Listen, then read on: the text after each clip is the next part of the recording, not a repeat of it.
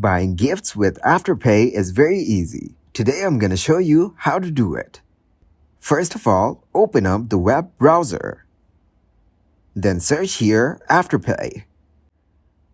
After that, tap to open its site. Once you get into the site, then search for gift card on the search bar. Now you can see so many different gift cards over here. Then you can use any of the gift cards you need from here. After that, tap on Starbucks gift card.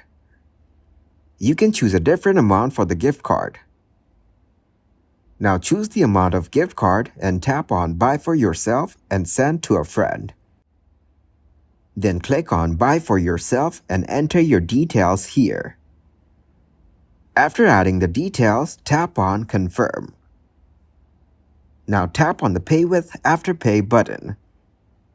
You can enter your email, then click to continue. Then to create an account, enter your phone number, date of birth, address, and click on Continue.